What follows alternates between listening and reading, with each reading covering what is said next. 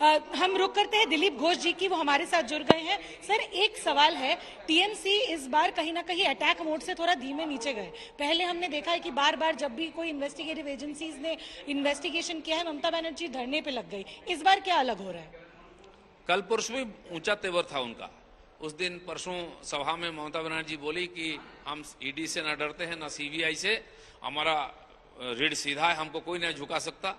कल उनकी एक मंत्री ने स्टेटमेंट दी, जैसे कि छापामारी शुरू हुई, कि हमारा एक भी नेता का अगर मानसिक रूप से या शारीरिक रूप से कोई तकलीफ होता है तो सीबीआई ईडी को हम छोड़ेंगे नहीं।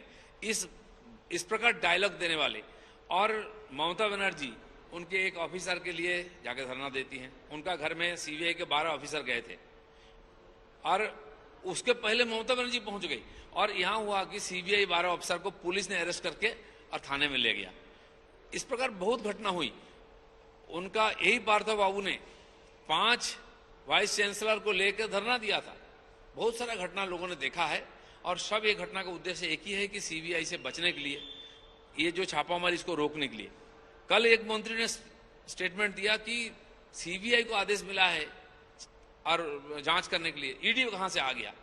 तो मुझे ये भी शक है कि सीबीआई ऑफिसर लोगों को मैनेज किया जाता था, इसलिए एक दूर तक जाकर रुक जाता था। आज स्थिति ये हुई कि लोग परेशान हैं, राजनीति को जो और बंगाल को जो कलुषित किया है उनको इसका सजा मिलना चाहिए, और ईडी सही जगह पर पहुंचा है, और थोड़ा देर और देखिए, बहुत कुछ सामने आने वाला है। सर, इस केस की बात करें तो हमने बहुत बार देखा है कि जब कोलकाता हाईकोर्ट में भी ये केस था तो कई सारे बेंच ने रिक्यूज कर लिया था इस केस को सुनने के लिए, लेकिन अब मामला अलग है। क्या आपको लगता है कि कोई कंप्लिसिटी भी है इसमें गवर्नमेंट की, क्योंकि टीएमसी अपने आप को अलग कर रही है इस केस से? हालांकि पार्था चैटर्जी की बात करें, वो सेक्रेटरी जनरल है, नंबर 3 का पद वो होल्ड करते हैं टीएमसी में। देखिए, बंगाल में ऐसा भय का वातावरण है, पुलिस का और इस पार्टी का, गुंडागर्दी का, किसी की हिम्मत नहीं बोलने के लिए। 2 सप्ताह पहले एक जिला प्रेसिडेंट का जो अंगरक्षक, एक पुलिस कांस्टेबल पकड़ा गया, उसके पास से 150 करोड़ का प्रॉपर्टी मिला है।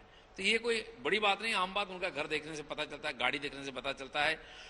कोर्ट के न्यायाधीश भी डरते हैं जजमेंट देने, खुद को उनके केस से अलग कर लेते हैं। ममता बनर्जी के ऊपर केस आई तो ये जिस कोर्ट में गया, उस कोर्ट के जो न्यायाधीश, उन पर सवाल उठाया गया तो वहां से हट गए। तो लोग डरते हैं।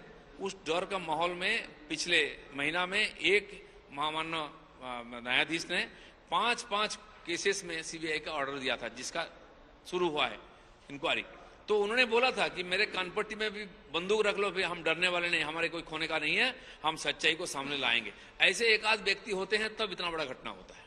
सर, एक आखिरी सवाल, आपने एक और व्यक्ति का नाम लिया जिनका नाम आप बता रहे हैं मोनालिसा। आप कह रहे हैं कि उनके भी इस केस से तार जुड़ रहे हैं, अगर विस्तार में थोड़ा बताएं। उनके साथ भी पार्थो बाबू का संपर्क है, और उनके नाम पर 10 ऐसे फ्लैट्स है, ये भी पता चला है, और भी कुछ है। और खाली इतना नहीं, बांग्लादेश का भी कनेक्शन उनके साथ है, आना जाना है। तो ये मामला भी जांच की दायरे में लेना चाहिए, तब ऐसे सारे घटना सामने आ जाएगा। ठीक है, तो इसके अलावा सर आपको क्या लगता है इस केस में और भी लोगों की अरेस्ट हो सकती है?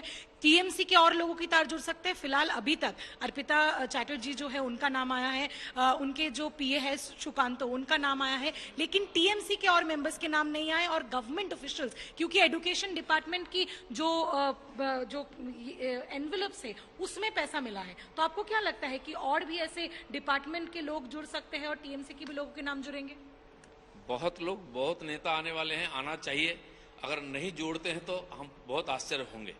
बहुत दूर तक जाकर रुक जाता था, आप एक तो मंजिल पर पहुंचा है, और आगे देखते रहिए क्या होता है। हम भी उम्मीद करते हैं कि इस बार बहुत बड़ा घटना होने वाला है, और बंगाल के लोगों का मन में जो प्रेशर था, जो प्रेशर लेकर वो जी रहे थे, जिस प्रकार हीन भावना से जी रहे थे, उनको यहाँ से मुक्ति मिलेगी। बीजेपी की तरफ से क्या प्लानिंग रहेगी कि इस ऐसे इंसिडेंट को लेकर आप इस चीज को कैसे आगे बढ़ाएंगे? एक निर्णायक मोड़ तक पहुंचे, इसलिए हम पिछले कई साल से आंदोलन कर रहे हैं। जो वंचित पीड़ित है, युवा, इस सारे नियुक्ति से, नौकरी से, जो परीक्षा में पास करने के बाद भी उनको नौकरी नहीं मिली है, दूसरे लोग पैसा देके मिल गया, जो एग्जाम में बैठे नहीं, जो फेल किए उनको मिला हुआ है, मंत्री का बेटी को मिला हुआ है जो एग्जाम दिए नहीं है।